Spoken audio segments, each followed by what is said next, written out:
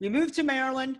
They're due for a drop-off, I think, losing Cohen and Smith, and they got one guy, but I think opponents will be able to key in on him and make sure that Aaron Wiggins doesn't really get a whole lot of big production. Right. Whenever you lose Anthony Cowan, he was one of those guards that just controlled the game. He was a very similar player to Cassius Winston at Michigan State.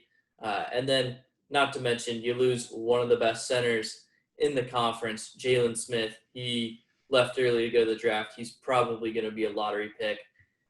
Maryland was on my short list of teams that could have potentially won a national championship last year. And then they kind of faltered a little bit towards the end of the season once March hit. But losing your two best players, it's going to be tough for them. They also didn't have a good recruiting class, like I highlighted earlier, so they're not bringing in a lot of talent. So they're going to have to rely on guys from last year to step up, and I'm not entirely sure that's going to happen.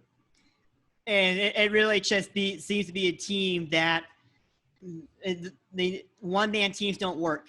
And Maryland's drop-off will be exhibit A of why you have to have a complete team in college basketball to me. This is not a team that you can consider very deep for Big Ten standards at all.